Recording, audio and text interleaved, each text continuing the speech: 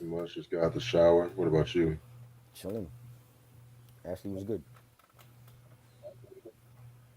Yeah.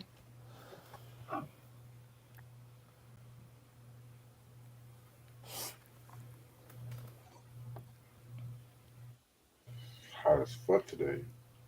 Yep.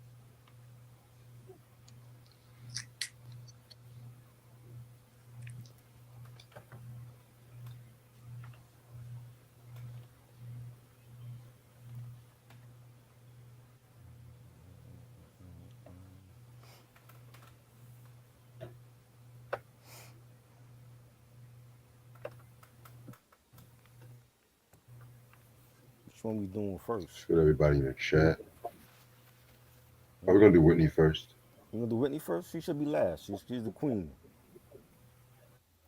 You know I always do like the album that came out first. First. Okay.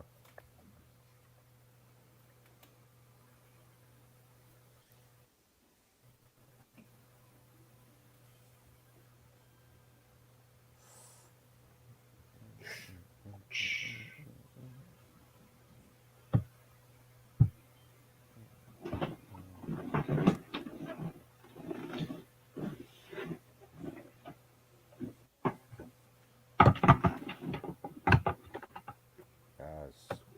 Reg, did you see that fraudulent list that everybody's talking about?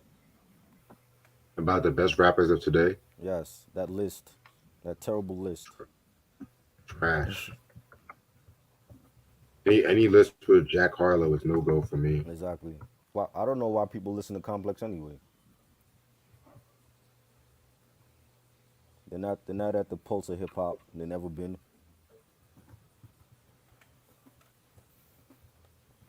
That hipster shit. B dot. I would never do nothing with B dot. You come out with a list like that?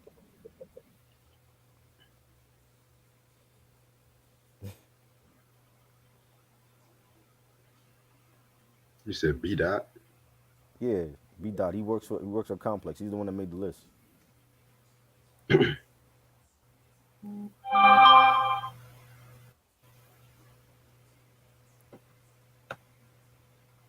You know, people just do anything for attention. I definitely see that now.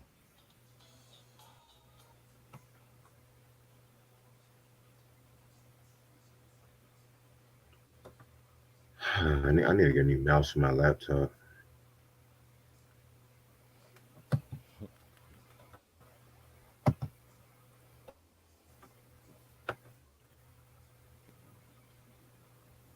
Sam said I like Whitney more than Vogue. Same. I love both. I mean, I love them both too. So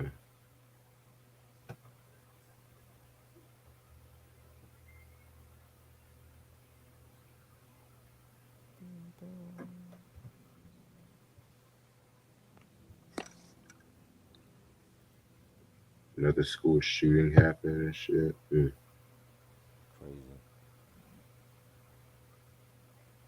These kids need mental help. No, they need an ass whooping. That's what they need. Well, that too, but get them the ass whipping and then mental help. You know,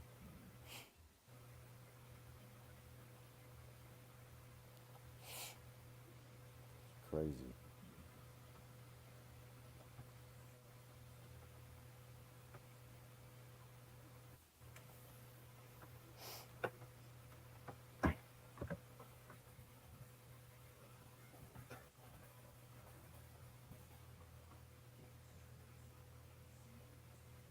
Okay, we're gonna start in about 5 minutes.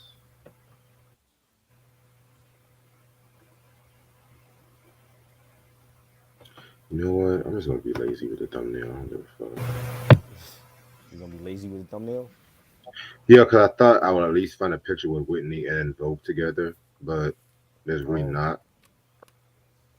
So I might just find the black woman's picture I just had. I could have sworn En Vogue was at that um I'm Every Woman video and shit, but what they? I don't think so. That's a good question.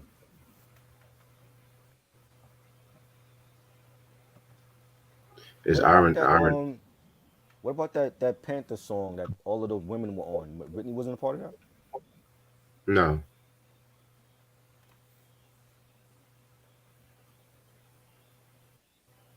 it's That's Irony. We're crazy. talking about this album, and the Bobby Brown documentary came out too. Right? Did you see it? I watched it. Nah, You didn't watch the reality show with that or his I'm wife? really kind of burnt out from Bobby's life story on some real shit. Hmm. If it's not anything new, then I really don't want to hear it. Right. Well, the reality show, I actually thought it was good with his wife, and it, like I said, like his wife is loyal and she's dedicated to him, and I think that's something we didn't see from Whitney. And I mean, What? he had his kids is in the show with him, and she seemed like she really loved him. You know what I mean? That's what you want in a wifey. You know, somebody that's gonna stand by your side even through your trials and tribulations. So, Mm, if you say no, so. you don't think you don't think it's real? I think it's real, but at the same time, I feel like she's not as innocent as people make her out to be. The wife? Yeah, Well, what did she do? I don't know too much about her. she pretty much. I read some stuff about her how like she didn't really want to associate with Bobby's children from outside her marriage or some shit like that. Well, who would? I don't know too many women that would welcome outside children, you know, with a man or whatever. True, true. You know, It's just a lot of shit I've heard, and then how she like manipulates a lot of things in his career and stuff like that too. But hey, well, he seemed to be on the right track now. You know what I'm saying? And that's all we could ask for, because you know, if he go into another relapse, that might be it.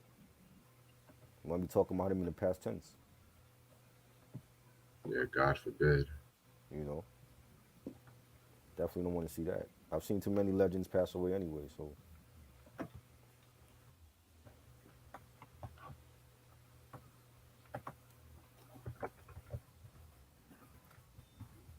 I'm mad at Jada Pinkett right now and shit because of how she's what she taking do? whole slap and shit. Oh God, they still with that? Yeah, because she went on her little red table talk and talked about it.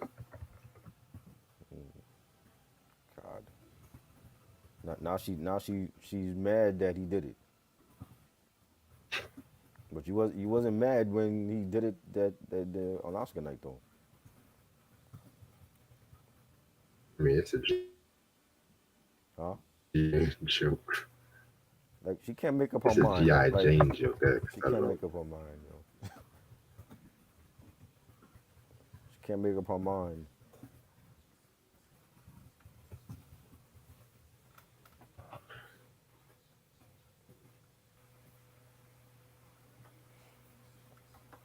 You know, make up your mind. Well, you happy that he did it, or you not happy that he did it? Either way, it's already done. So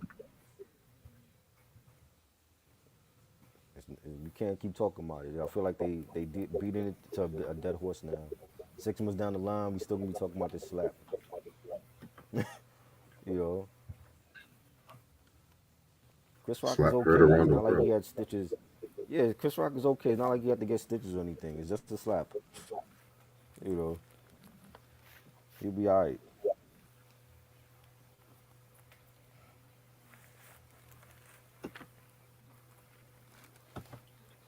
It's the white people for me to talk about he should go to jail. For what? For, for a slap? It's the he should go to jail. How dare he slap him? Oh boy. And Wanda Sykes talking Uh, about I'm traumatized. I'm still if traumatized by this shit. I'm just like, if George Clooney did that to Brad Pitt, it would be all over the damn news like it was a crime being committed. You know, oh my God, Brad Pitt got slapped. The world is coming to an end.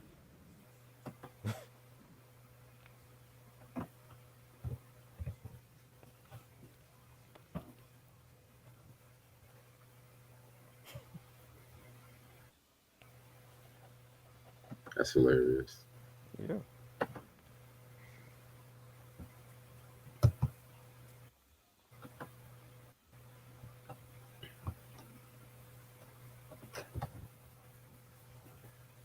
Okay, let's start this shit. What's good, you too?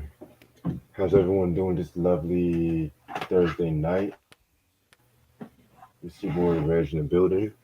Got my homeboy Ash. I mean, my homeboy Try with me. What up? Got my homegirl Ash with me. And today we're gonna do a double review. Today, you know what I'm saying? Continuing on this Black Woman Week, we're gonna talk about Whitney's self-titled Yes, first. yes, yes. The queen. Yes, Bow to the queen, you peasants. right. You're not worthy And then of we're gonna talk sexy about ass. in Rest in peace. Vogue's second album too, Funky Divas, which this is part of my collection video where I showed y'all this a while back ago. So yes, this album came out in 1992. But you know how we do. We're gonna talk about the Whitney first since that came out first. All right. I mean, I talked about. I think the only Whitney album I talked about in the past was like the Bodyguard soundtrack, which I consider that like a unofficial Whitney album because you know it had like a lot of her songs and she did some production on that one too. So y'all want to do how y'all got into Whitney Houston and stuff like that? Ashley?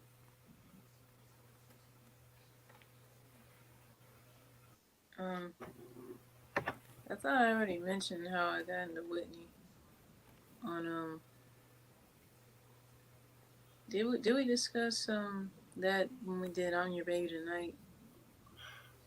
Oh yeah, we did. We Oh, did that? we did do that. Damn, that was a I don't while even back remember ago. that. Shit. Okay, well fuck it, fuck it. We just go right straight to it. Right. You should know who Whitney is. She's like a legend. Yeah, I was just thinking to myself, damn, did we? I didn't really talk about a lot of Yeah, Whitney I because don't a lot of remember. Whitney. I don't remember that. Yeah, but anyway, this was the first Whitney Houston album that came out. You know, back when she was really under Clive Davis's wing and stuff too. You know, Clive Davis was like the one that was really putting on TV specials, you know, showcases, and one of her breakthrough performances was when she performed at the Merv Griffin show in '83, and that's how she got noticed by Jermaine Jackson and stuff too, because Jermaine did some songs with her. One song we talked about on the Dynamite album and stuff like that too. Hmm. So then you know they were working on this album as well too. You know she also did some shit with, of course, Teddy Pendergrass, which we talked about the whole Teddy Pendergrass breakdown and stuff like that too. Mind you, this was like after the accident that she did a song with them and stuff like that. So yeah, man, this album came out during the whole MTV era and stuff like that. You know,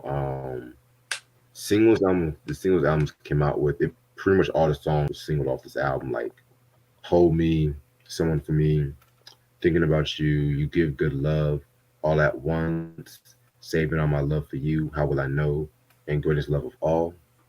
Producers include Classics. Jermaine Jackson, Kashif, rest in peace to Kashif, by the way, Michael Masser, and Narada Michael Walden. And like I mentioned, only guest appearances on this album were Kashif, Jermaine Jackson, and Teddy Pendergrass. Alrighty, shit. So this album cover right here. You know what I'm saying? This is when Whitney had a shaved head and shit. You know, very, very, very dope album cover. I love the back cover more actually. I love that shit. You know Right? what I'm saying? Sexy ass. That's when she was healthy.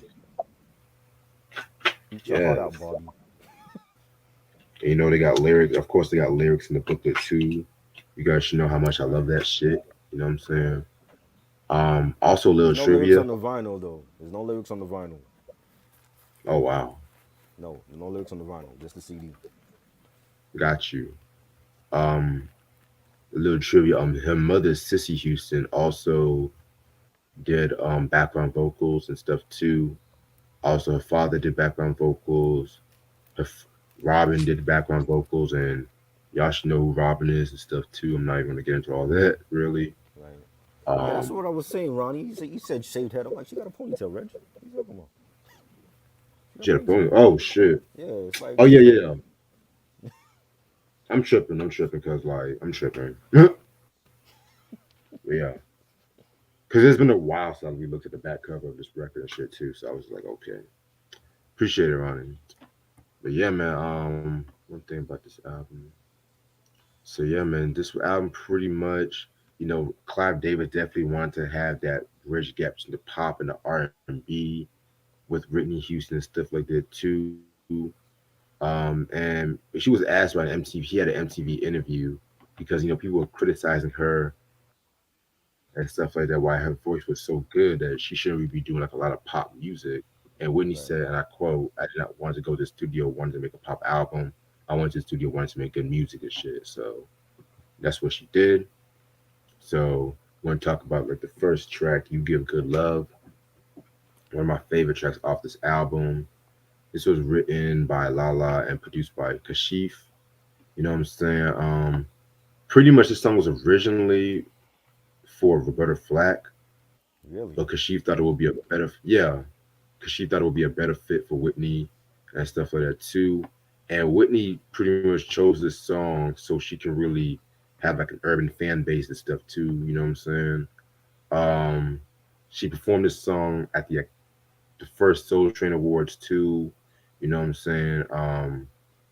But the song actually, despite it winning like awards, like American Music Award for favorite soul single, and got two Oh, Grammy nominations for best R&B song and best vocal R&B, it got some controversy because like at that time, people thought the lyrics was a bit too sexually provocative. Yeah, oh, come on. yeah, they thought the song was a bit too sexual because they had like a list of songs like AC/DC's "You Shook Me All Night Long," Mm, Cheap Trick, Hot Love, and stuff like that too. So they considered this song being sexually provocative as fuck too. But really? Well, yeah, how anyway. did they feel about Cameo's Candy? That was more sexually provocative. Well, I didn't know that song didn't come out yet when they made that list. So Right, right. yeah. Other than that, this is a classic song in my opinion. It's a great song, a nice beat, nice, keys on it. Whitney killed it. Classic record.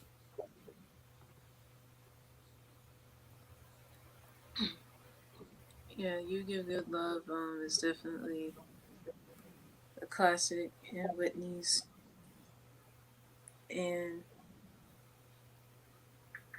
it's a song that I still love to this day. And You Give Good Love is hands down one of Whitney's best.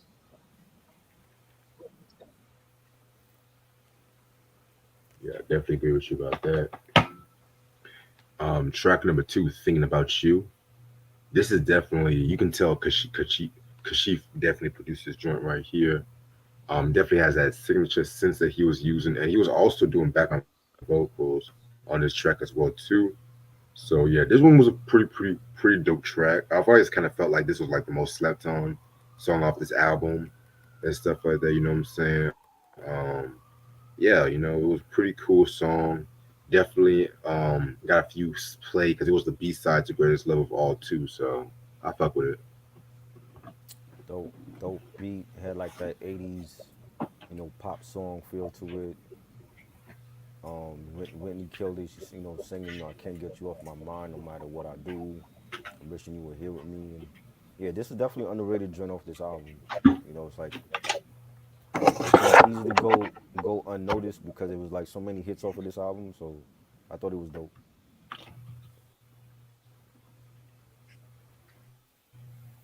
Yeah, Thinking About You is it has that signature '80s pop sound to it, like everything else we've probably heard that has that signature '80s sound.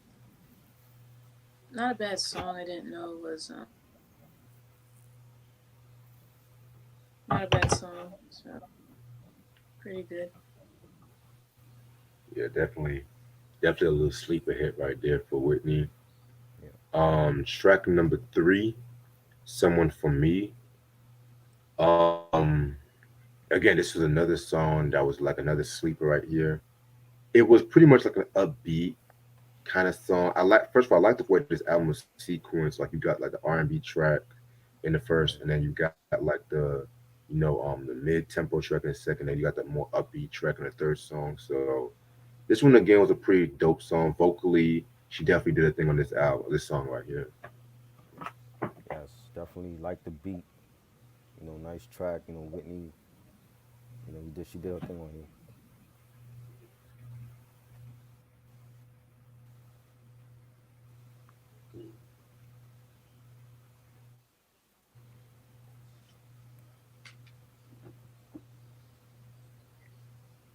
Okay,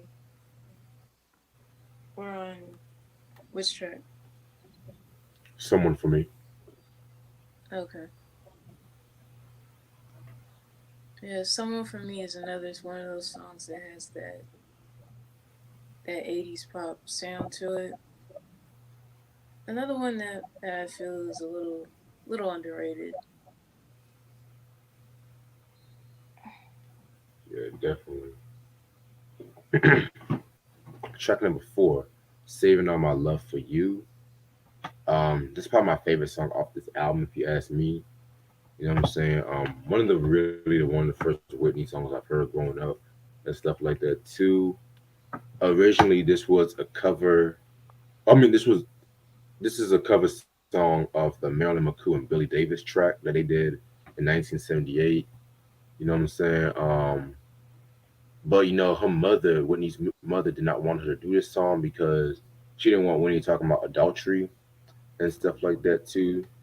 So pretty much, Whitney wanted to make the point clear in the music video what the song was really about. And she also had another controversy because Clive Davis told the producer of this track not to make the record quote unquote too black Too because they black. wanted to appeal. Yeah, yeah. Like I said, they wanted to have Whitney pretty much the balance between pop and R&B because they want to appeal to like black and white audiences and stuff too. So in order to do that, they got a sax solo from saxophonist Tom Scott and stuff like that. So, but he did not really complicate the arrangement for Whitney's voice as well too. You know what I'm saying? So just a little trivia. Um, all of my Family Matters fans, they performed this song twice on this show. One of those episodes, Steve performed it to Laura and stuff like that. I think that was the episode when he went up on the roof and stuff like that. And then the second episode, Laura performed it to Stefan and stuff too. You know what I'm saying? Honestly, I kind of prefer Laura's rendition compared to because Steve was more of a comedic. Laura's was like more seductive and stuff like that too. You know what I'm saying? And Whitney Houston got her first Grammy Award for this song for Best Female Pop Vocal Performance as well too. So, oh, and one more thing, the music video was definitely dope. For 1985, was definitely a very good video. hmm it's great. I like the saxophone play on it, and it's a great record by Whitney. This is really like what make her a star. Songs like this. It's a classic record. Yeah, I remember that episode when Steve was singing "Saving All My Love for You" to Laura on Family Matters. I remember that, and pretty much this song is another. Yeah, it's another classic of Whitney's, and I've heard this song getting played on an episode of Everybody Hates Chris as well. So Right. no surprise there, and it's one of my favorites. Yeah, definitely a very nice song and shit like that. You know what I'm saying? Mm-hmm. Track number five, "Nobody Loves Me Like You Do," featuring Jermaine Jackson. I'm not gonna man, this is actually my least favorite song off this album. And not because it's featuring Jermaine Jackson, because it was a cover of a country song by Anne Marie and Dave Loggins, and I kind of felt like it didn't really fit the album. Like if Lionel Richie would have done something like that, like this song, it would have definitely fit him because he definitely likes to experiment with country music, especially around the "Can't Slow Down" era and stuff too. So yeah, man, this one was okay. It wasn't really my cup of tea, really. It was cool. It's a nice little ballad. She got two collabs with Jermaine on here, so I like the other collab more, but this was okay. Yeah.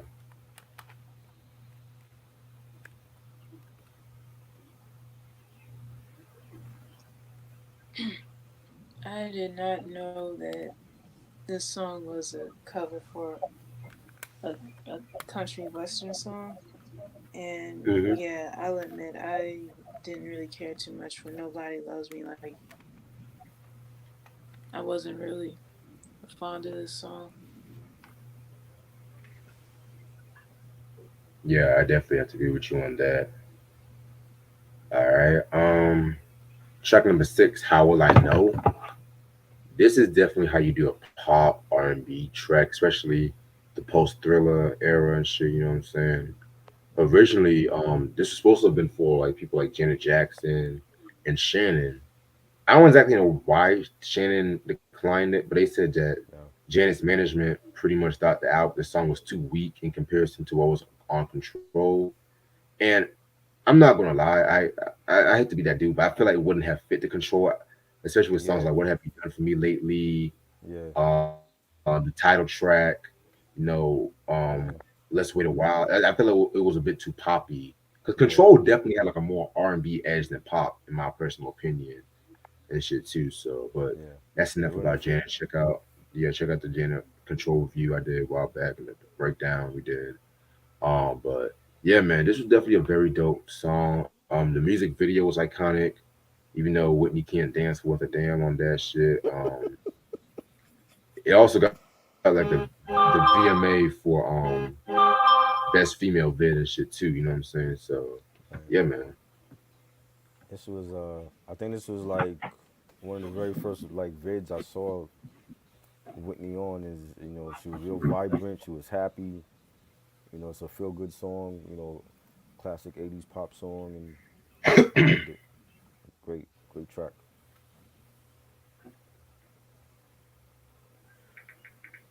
Definitely one of Whitney's most signature songs during that time. How will I know? I mean, I remember seeing the video with her with that bow in her hair and that dress, and who can forget that? I really couldn't imagine Janet or anyone else doing this song. Yeah, That's just me. they don't fit But Janet I yeah, like this agree. that. song definitely suited Whitney. Yeah, definitely. Track number seven, All at Once. This is a very good song, but you can definitely tell they were trying to go for that more international flavor and stuff like that. And what I mean by international single, the more anthem, like the more kind of anthem, the more like utilizing more strings and stuff like that. If it has a "We Will Rock You, We Are the Champions" by Queen kind of feel, but it's just not. It's just all right. It was pretty very good and stuff too. I love it. A great record, nice slow beat, the pianos. Whitney singing about like a guy's like all this stuff was happening to her all at once. The guy playing games with her, and a great record. Like these are the type of ballads and anthems that made her who she is now. Like all from this one album alone, and it was great.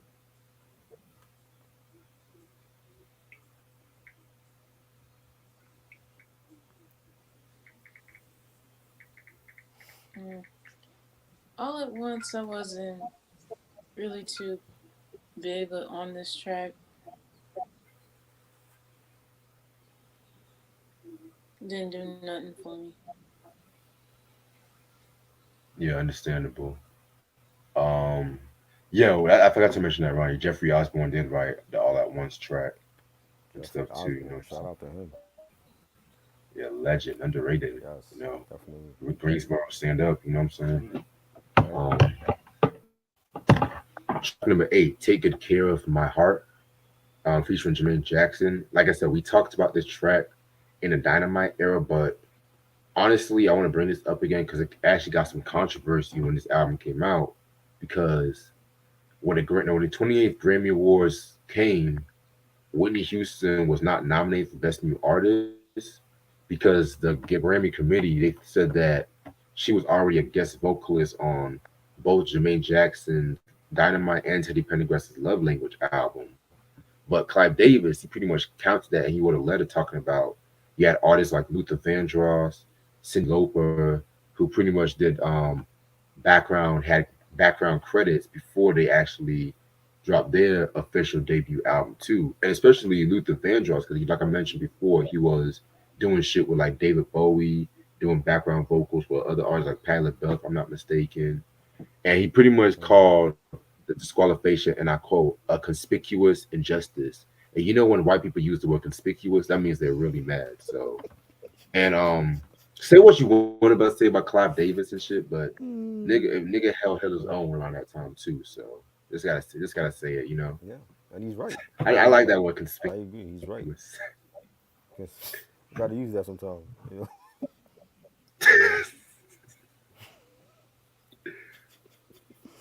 You know. Mm. Yo. She should have won. Who won for best new artist that year? Um, y'all, let me look that up and shit like that. I'll let y'all know. Give me a second. Conspicuous, but yeah, yeah, we said our I thoughts don't about know. this one. I think it's definitely well. I don't even remember this on the Jermaine album, but it's a great song. It had a nice beat, nice mid tempo track. Um, I thought it was a good collab. Like I said, like a Jermaine to me could have been as big as Michael and Janet, but whatever reason it didn't happen. But I thought it was a good song. You know, I liked it.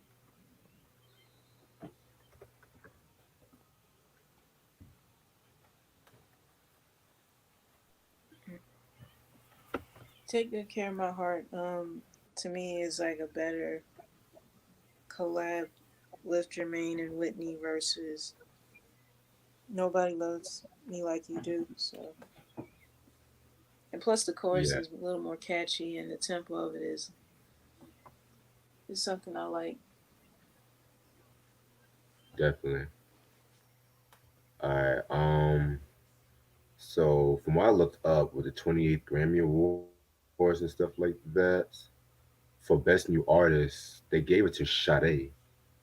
Oh Interesting. wow, And she damn, beat that's Aha tough. to take on That's tough. yeah, she beat Aha, Freddie Jackson, Katrina and the Waves, and Julian Lennon. Oh, she had that. Interesting. She had that in the bag. Yeah, Julian yeah. Lennon, he wasn't. Come Julian on, Lennon, nah. please. He had like one hit. Yeah, he wasn't winning there. He had a hit. Yeah, he had a hit. That, but Wow. he's definitely not he's definitely not a chip off his the old branch because he's nothing like his pops. I You don't think know. anybody's like his pops. I mean, real with you. Yeah, he had a hit. He had a hit back in the '80s. But nah, Sade had that. Yeah, because she talked about Diamond Life album, and at Yes. that time she was prepping for the Promised album too. Oh yeah, yeah, you're Hmm. right. Oh yeah, definitely. But if now Whitney should have been nominated in that category though. I think it would have went to Whitney instead. Yeah, because like I said, she was getting scrutinized a lot at that time too. You know what I'm saying? Because it's like from what I looked up, like black people liked Whitney, but Hmm. they didn't. They thought she was too. Her voice was too white, really. Especially that infamous Soul Train Awards when I think she got nominated for "Way to Broken Hearts" ago. They fucking booed her ass and shit like See, that too and stuff. So I never felt like I always felt like it was more black people that loved her, and Mariah had the white following. yeah, both Whitney and Mariah had a strong white form because Tommy Mottola, you could Yeah. pretty much say he tried to do what Clive Davis did, but Tommy Mottola had tried to have more of like a stronger hold. If that makes sense, you know what I'm Right. saying? Because at least Clive Right. let Whitney do a thing when once she got to the Hmm. I'm Your Baby Tonight album, but Yeah. Mariah actually had to fight her way to get out of Tommy Mottola's, and we all Right. know what happened with that and shit. So, Hmm. all right, track number 9, "The Greatest Love of All." We got another cover. This is the cover of the George Benson song that was written by Linda Creed. Linda Creed actually wrote this song when she was battling breast cancer and stuff. Honestly, I've heard the Whitney cover first before the George Benson because I heard the George Benson original. I think like 09, 2010, and I was like, oh wow, I never knew what Whitney's song was a cover and shit too. So again, Clive Davis, he didn't really want Whitney to do this cover as well and stuff like that too. 'Cause I think he felt like it was a bit too black, and the whole bridge between the pop and the R&B. But he lost his Right. battle again, and this pretty much became her third biggest hit after I Will Always Love You and I Want to Dance with Somebody and shit too. So love this fucking track. Um, I love the instrumentation, like with the strings and everything like that. You know what I'm saying? Very, very fire joint. A classic, in my opinion. I love it. I had a school trip back school trip. I had a school play back in the day in elementary school, and we sang this song. I remember singing this song in the school play, and it was, they felt like it was like a real big uplifting, positive song for kids, and they made us, we had to like recite the lyrics over and over, and when we did the rehearsals, and it was a great song. Definitely enjoyed it. It's one of those, Whitney anthems. When I think of Whitney Houston, I think of songs like this. And she killed it. Great singing and pianos on it. So it's one of my Right, favorites. most definitely.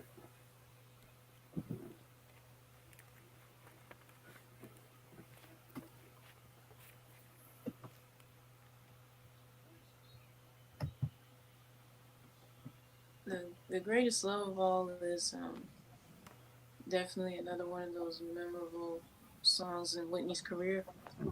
And I didn't know this was a cover, to be honest, but she made it as if it was her own. So definitely unforgettable.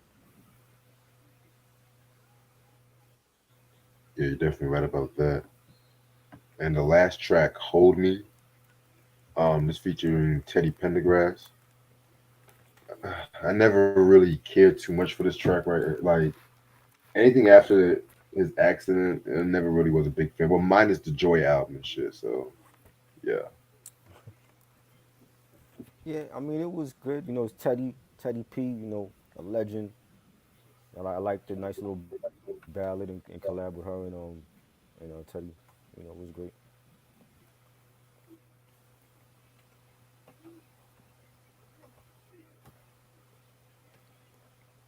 It was a nice collab with Whitney and Teddy, even though it's not a favorite song of mine from the album. I'll admit it was pretty good. definitely. All right. So that's all the songs of this album. Overall, this is a very important album when it comes to music and R&B and pop too. This is a must-have in your collection. I definitely love tracks like I kind of like the more R&B tracks and stuff like that. Like "You Give Good Love," "Saving All My Love Right. for You," How Will I Know?" The album is not bad at all. It's like my only gripe, like songs like "Nobody Loves Me Like You Do." I could have done without that track. Um, Maybe I got rid of "Hold Me," but I kind of got why they put the Jermaine Jackson and Teddy Pendergrass tracks there too, because pretty much like that was pretty much her way of getting into business and stuff too. But yeah, but like I said, this is a very classic album. I'm gonna give this a fucking um 5 mics and stuff like that too. So yeah, must have in your collection. I love it. Great album, great singing. Like, a star was born with this album, and she had a lot of big tunes on here. Greatest Love of All and Saving All My Love, All at Once, How Will I Know? A classic album. Five Mics is my favorite Whitney album. I love it better than all of her other albums. It was great. Definitely one of the best debuts in R&B ever.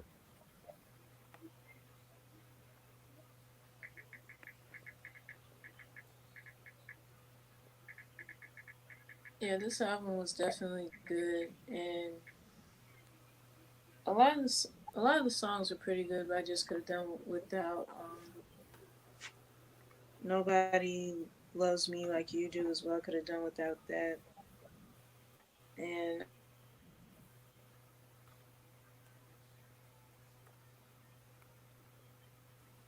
and I really didn't care too much for that track, along with "All at Once." That's my opinion. I could have done without those two, but overall, the album was good.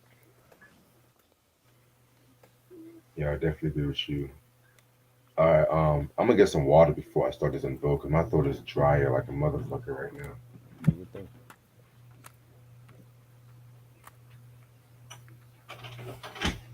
Oh wait, hold on. Never mind, I found some. Alrighty. So since I found my water, let's talk about En Vogue, with their second album, Funky Divas. This came out in 1992, Yes. March 24th, 1992, under East West.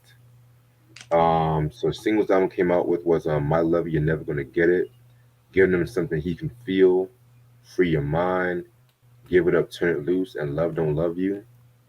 Only guest appearances was this rapper named Wayne Wayne and stuff. I've done one En Vogue review, like the first album all the way back when I first started this shit. So, like I said, I was surprised I found this one in stores and stuff like that. And I think I found this for like 95 cents and shit. So, Oh wow. yeah, man. So I'm gonna ask how y'all got into En Vogue. Ashley, you wanna go first?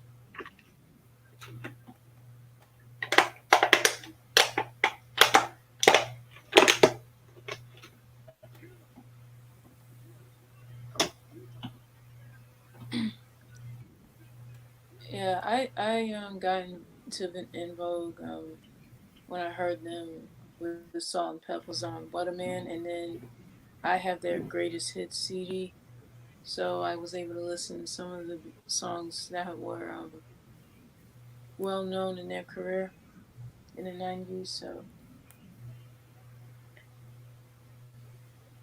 I don't have this album. My dad has it, so I plan on getting it one day.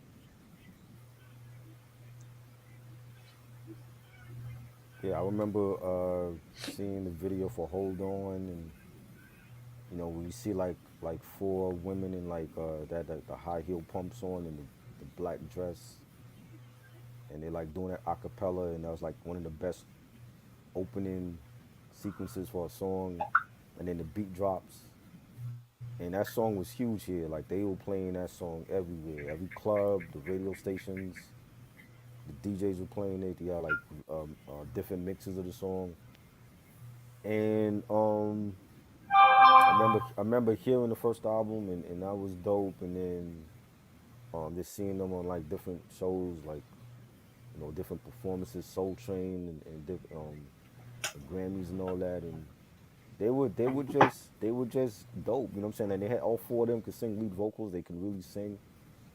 And to me they were like one of the best groups. Not even females, but just one of the best groups in R&B. You know what I'm saying? And they definitely was in a different class from like Escape and TLC, and you know what I mean. And all four of them were gorgeous, and they were great. They were definitely was a great group. And then we started hearing about the infighting with Dawn and Maxine, and what I'm saying, people wasn't getting along, and but it's a shame. But like for their first two albums, they definitely made like some of the best R&B ever.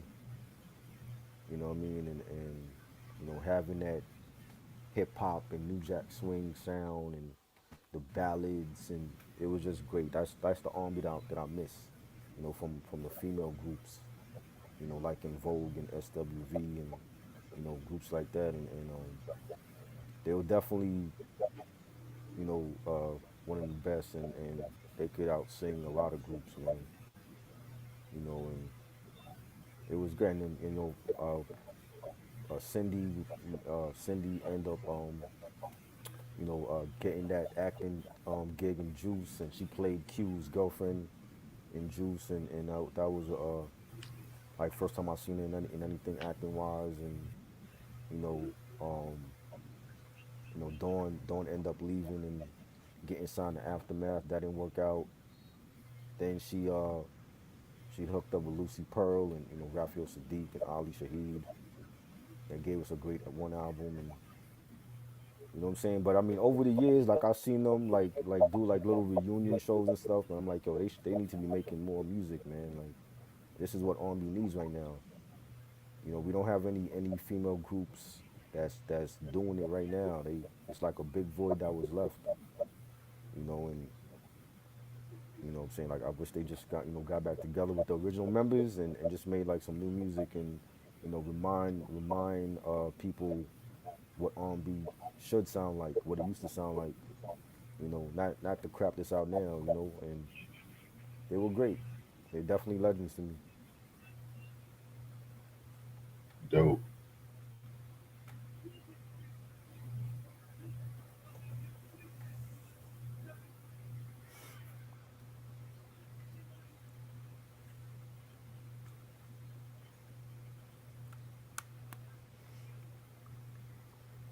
You can go, Ash. She went already. Huh? She went. Oh, She she she went. said all Oh, that. Yeah. my fault. My fault. Okay.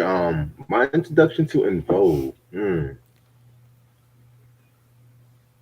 I guess it's one I've heard. Never gonna, my lover never gonna get it, which was on this album and stuff like that. You know what I'm saying?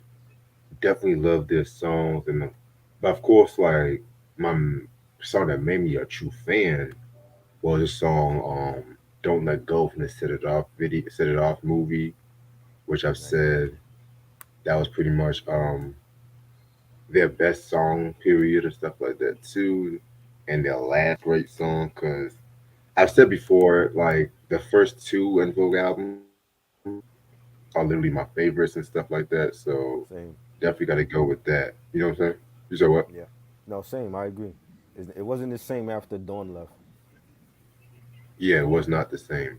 Yeah. Like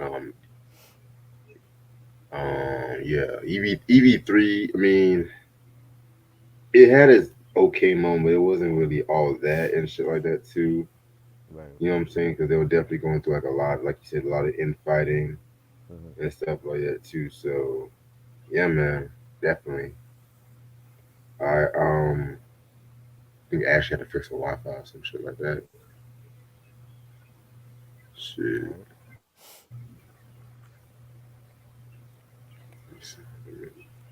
We can probably.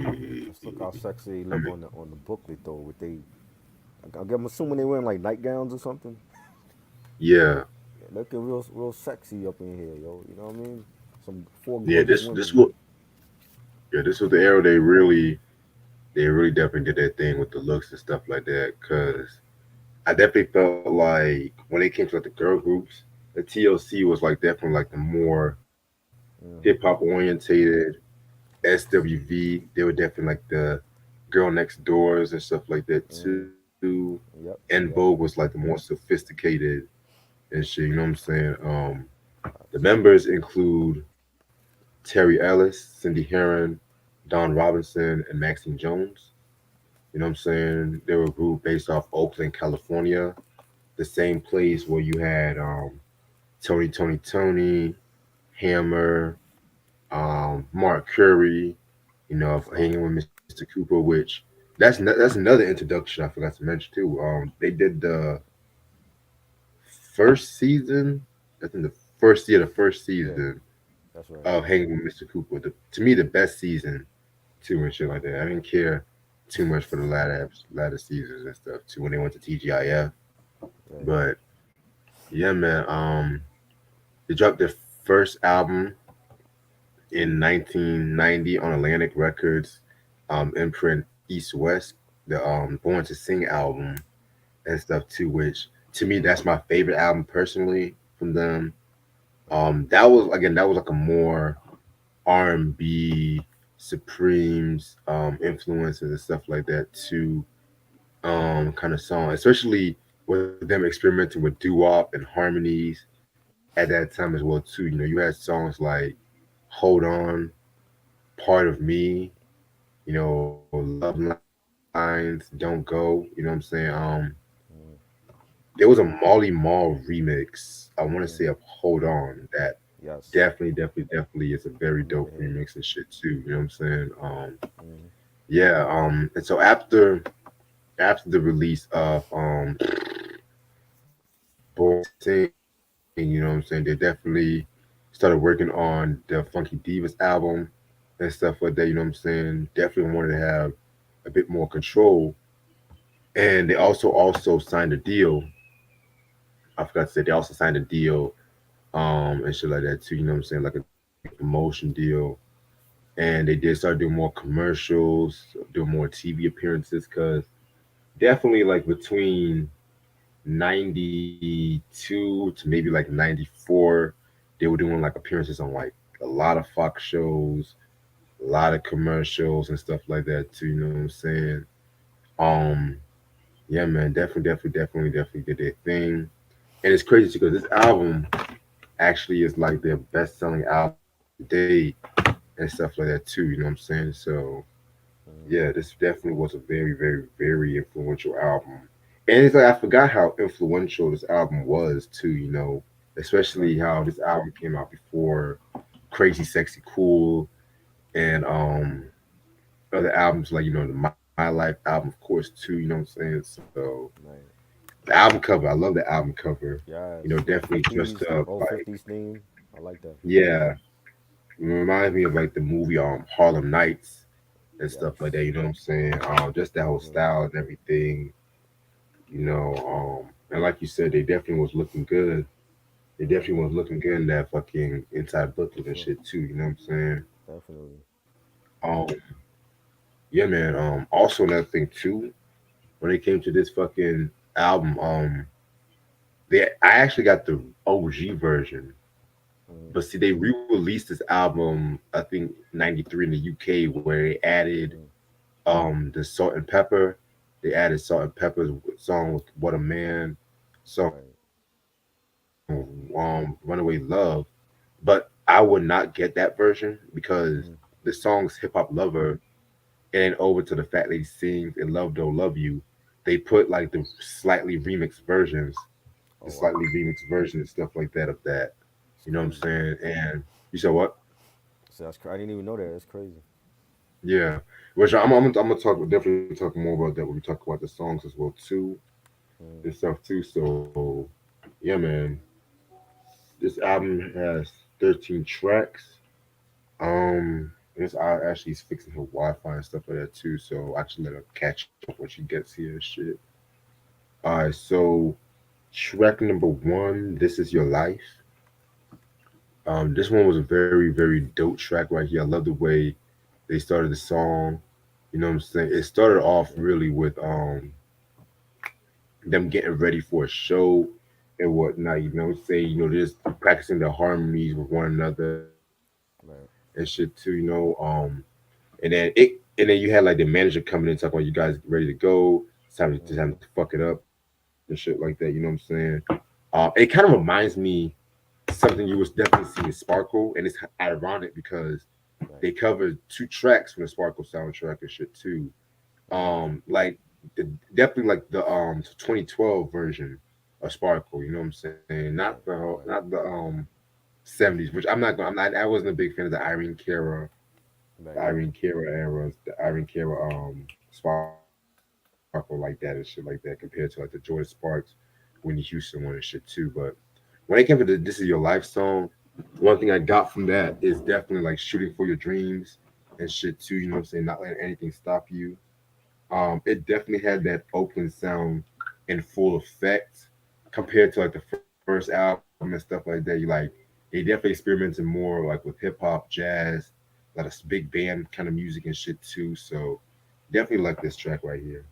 This was good. I love the way it started with all of them in the dressing room and they getting ready. They doing their hair and they putting on makeup and the manager comes in like you got to get on stage.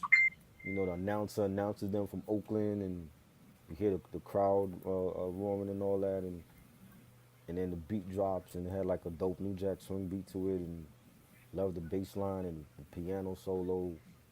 Great way to start the album off. Yeah, definitely another great way to start the album off and shit.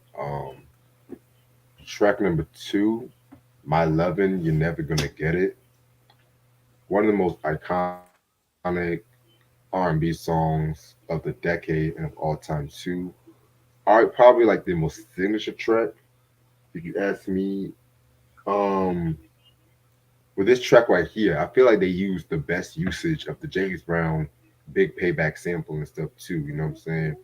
Like anytime I hear the big payback, I always think Yes. that En Vogue track first, especially when they added in that flute and whatnot. And mind you, this is the second time that they sampled this because they Mm-hmm. sampled this first with Hold On and stuff like that too.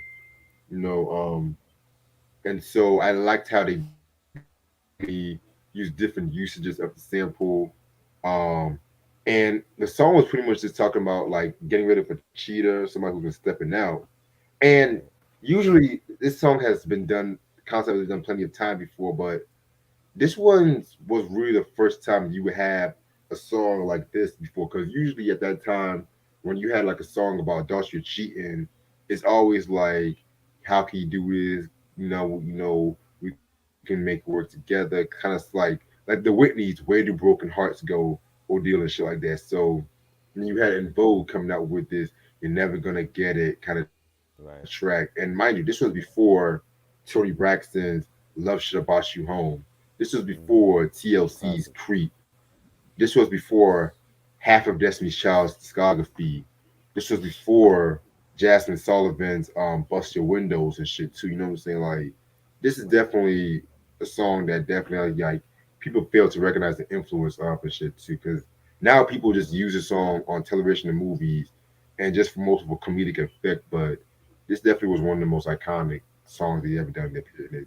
And the video, I love the video with the Yes. Love the tight video. dresses and shit too. Yes. Actually, speaking of, I feel like the videos of this album probably some of the best R&B video. I might have to do a I agree. reaction to some of these and I shit agree. like that too. For sure. For sure.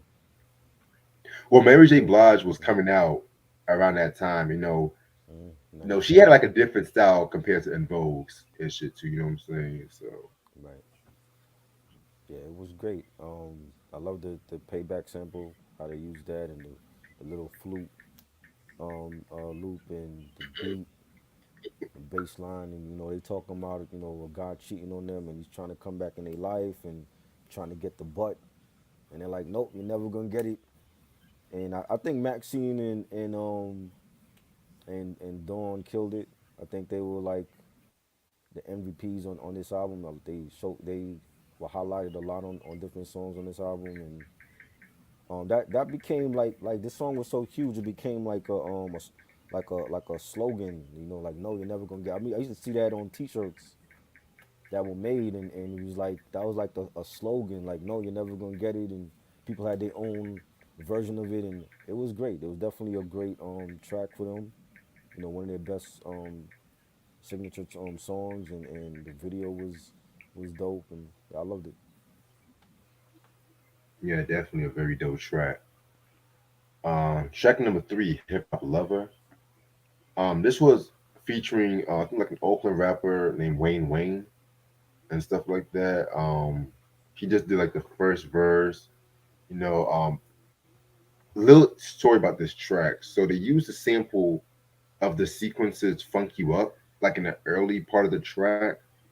But if you get like represses of this album, they took that sample off and stuff like that too. But then they put it back in a 2022 remastered expanded edition, which is why I'm glad I got the OG copy of this album and stuff. Same. So yeah, man. But yeah, this one was a very hot joint. I love this beat. I actually forgot they did a song like this. Cause it's mind you, I haven't heard this album in years and stuff too. So I definitely Mm-hmm. loved how their vocals sounded on this hip hop track. Wayne, he definitely sounds a little bit like you could tell he was influenced by like Q-Tip and Yeah. shit too. You know what I'm saying? So Yeah. yeah, this one was a very hot joint. This could have been a This single. is this was dope. Definitely enjoyed this. They had the New Jack Swing type of beat to it, the bass line, and there's like one part where they're like singing about a guy being too hip hop for them, too young, and I enjoyed it. I thought it was a solid album cut on here. Yeah, definitely. Track number four, "Free Your Mind." One of my all-time favorite tracks off this album. Pretty much like them diving into socially conscious because this was written in response of the whole Rodney King incident and stuff. Hmm. Um, they were influenced by, of course, the funkadelic song Free Your Mind and Your Ass Would Follow. And the opening line, like Prejudice wrote a song about it, like to hear it go. That was actually adapted from the In Living Color character by David Allen Greer, Calhoun Timms, that blind musician. I said blind, that blind musician and stuff like that. I loved how it reminds me a little bit of Janet Jackson's Black Cat, a Yes. little bit of it. You know what I'm saying? Because just Mm, them diving into heavy metal and mm-hmm. shit. Yeah. And this song actually got them nominated for 2 Grammys: Best Rock Vocal Performance by a Duo or Group, and Best Music Video Short Form. And speaking of the music video, which again, another iconic video, it Mm-hmm. pretty much swept the VMAs when it won Best R&B Video and Best Dance Video and shit too. So Yeah. also check out the SNL performance of this track too. You know what I'm saying? Yeah. Yeah, man, Free Your Mind. Love this fucking song. You know what I'm saying? Yes. Heavy as fuck. Definitely loved this track. It was different for them. It was controversial. It was edgy. You had the rock guitars, the hard beat, and they talked about having different people putting their prejudice on them, on black people, and Dawn singing about liking rap music, but that doesn't mean she's selling dope. And that's something that goes on every day. Racially, black people get racially profiled in this country every day. It's happened to me many times. You know what I'm saying? Like if you're walking down the block, like on Park Avenue, and you see like a little white lady, clutching her purse, and she coming up the block, and she might feel some type of way, if she see like a young black man with some baggy jeans on and some Timbs and some headphones on, and she might think, oh, he could be a criminal or something. So we get racially profiled every day. You know what I'm saying? And it's unfortunate, but it's something that happens, and I love that this song speaks to that. And the part where Maxine is singing, "Before you can read me, you got to know how to see me." That's an all time classic record. That's exactly how we feel. Free your mind and the rest will follow. Be colorblind, don't be so shallow, which is what I always talk about when it comes to music.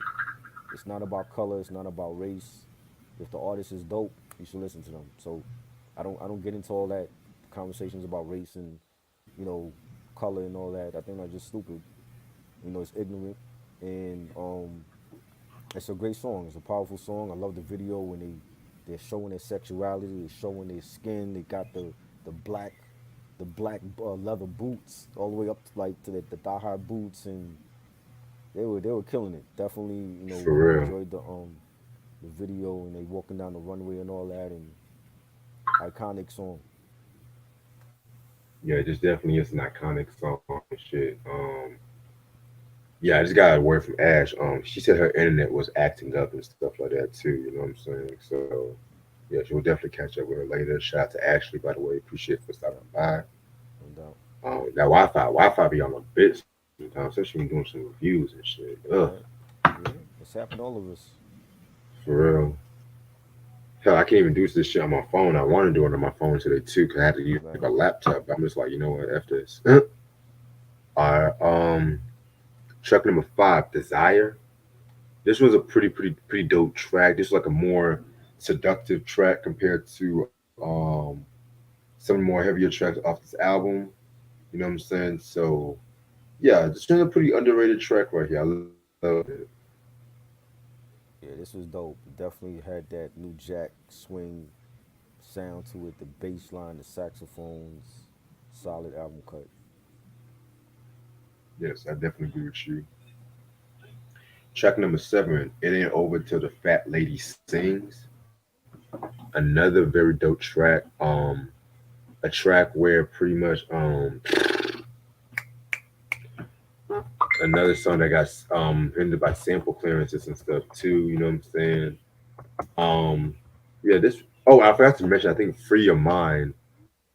The guy, I think, it was like the first En Vogue song where all the girls definitely had parts in the vocal and stuff like that Yeah, too. they So all they all killed it. It was an equal balance of attack by all of them. So right, right. It reminds me of like the Temptation song, "Cloud 9." Right. where all the temp members also definitely had part like lead parts in that song too and stuff like that. You know what I'm saying? So it's very Yeah. interesting. But yeah, Hmm. it ain't over till the fat lady sing. Just definitely them doing that Oh, we hip hop doing thing mixing with. and we doing giving him something he can feel.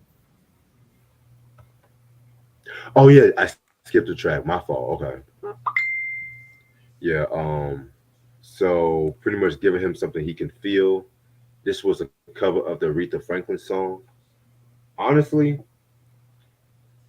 vocally, I kind of preferred this over Aretha's, but I feel like Okay. Aretha had the best instrumentation, beats, and stuff like that. You know what I'm saying?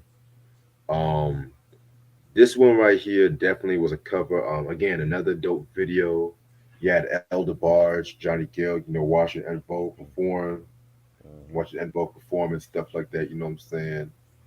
Trying to control themselves, if you know what I'm saying, and stuff like that. Yeah, man, this one was a very influential song. They definitely did their thing with this one. They were looking sexy as fuck. Oh my God. Def, definitely got to react to some of this. All the videos Yes. on this album definitely got to react to that and shit. You know what I'm Definitely. saying? Cause Definitely. yeah, man. Definitely, you can tell they were at their peak. Like style wise, this was the best year style wise when it comes to clothing and stuff like that too. Yeah. Because like especially when the girl groups at that time was trying to adapt more with the hip hop clothing and Hmm. stuff too. But and this is why I definitely love the Dawn era of En Mm. Vogue and shit. You know what I'm saying? So Lord. very dope shit. Classic ballad. Like I said, like Dawn killed it. She was one of the MVPs for me on this album. Love her vocals on it. The beat, had like that classic Motown sound to it, and the video, and they rocking the red dresses with the heels and the gloves and all that. Crazy, man. The makeup was tight. Great classic video, classic song. And I love how they incorporated the Motown sound even back in '92 with this album when you had like other sounds that was dominating the charts like New Jack Swing, and you had like the CNC Music Factory, EDM sound and all that, and it was great. Definitely a classic. Yeah, I definitely agree with you on that. All right, now we're gonna get into Desire. I mean, not this. Yeah, it ain't It over ain't until the over. Fat Lady sings. Yeah. Yeah. Again, this was a very dope track right here. Pretty fire track. Vocally and harmonized, and they definitely did their thing on this one. I'm assuming that was Dawn rapping. Yeah. Hold on.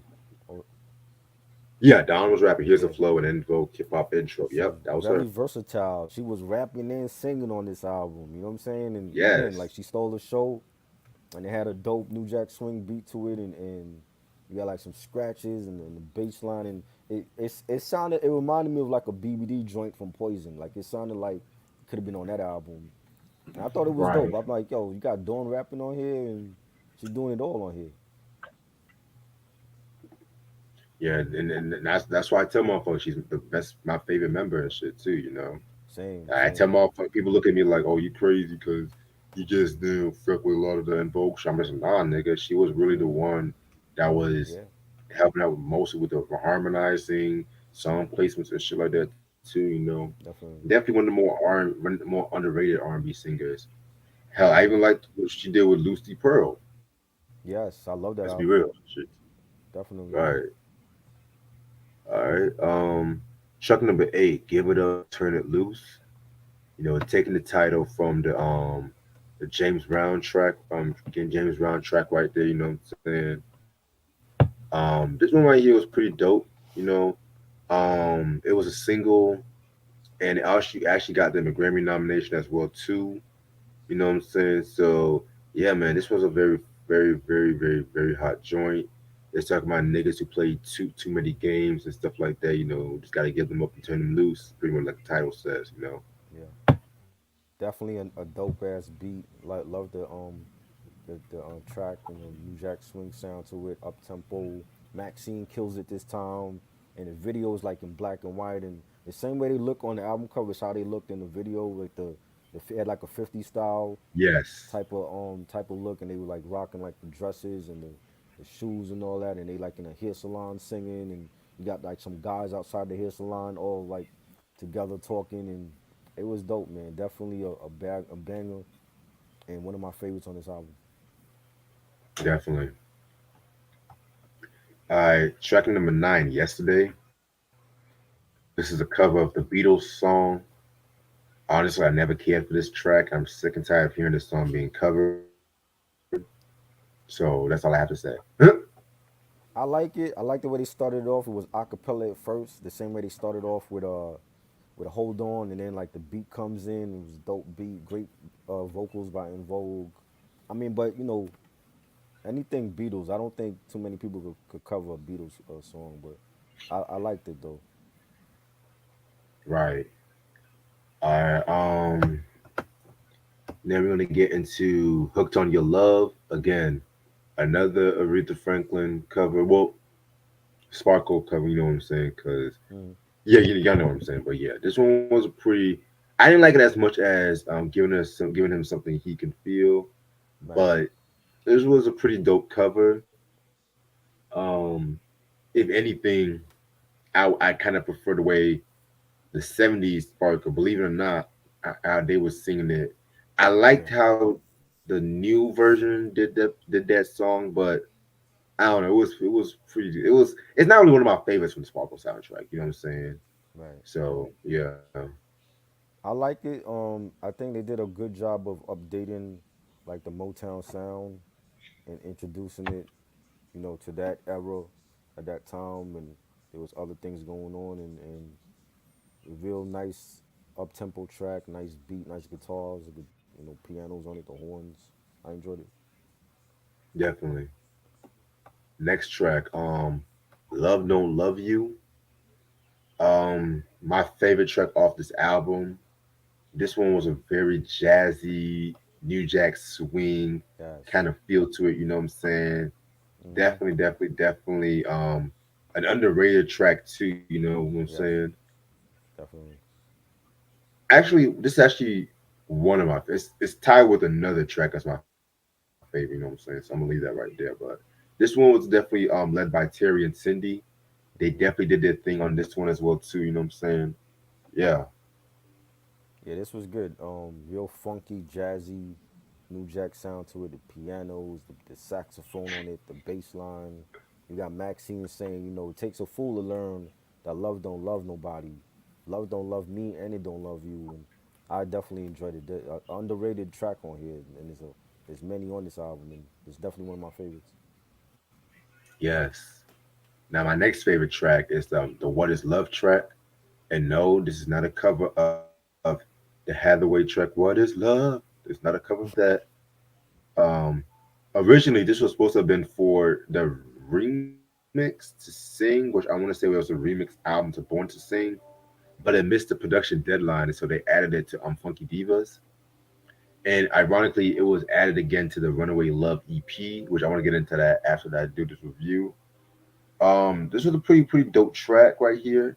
Definitely had like a more house Yeah, music kind of vibe to it. You know what I'm saying? Especially when artists like CC Peniston was doing their hmm thing and shit like that too. I So love her. I'm a huge def fan of CC Peniston. oh shit. I mean, she I I've never really been the biggest CC's. You know? Finally is that joint though. I'm not gonna lie. Finally Yes. is that joint. That first album might be her best one. I've heard good things about it though, but Yes, it was dope. not really Definitely. anything that made me gravitate to listen to it like that. I think you would like the second one because Sir Jinx did like production on the second one. Oh shit. Okay. Yeah, yeah. The second one was All dope right. too, but the first one is like my favorite. All right. I'll definitely check it out and shit. But yeah, man, Yeah, definitely a fire. This is definitely a fire joint. this was great. Like it was a different sound. Like they had like what they call EDM now. That's what it sounded like. You know, like you know the club techno joint and really fast paced dance beat and the pianos and the bass and I enjoyed it. Yeah, I definitely agree with you on that, man. Definitely a fire joint. All right. So I think the last track is like the thanks and the prayer. You know what I'm saying? Not really that much to talk about. Outro and shit. Yeah. So, and that's all the songs off this album. Overall, this album to me was a game changer, a very influential album, in my opinion. I can understand why people say this is the best album. I'm not gonna lie, because this album did grow on me. 'Cause I remember when I first heard this album. I'm not gonna lie, I liked it, but I was like, I might have to give it like a listen or two over the years, because I haven't heard this Right, since maybe like 2014, 13. right, Shit, so you know what I'm saying?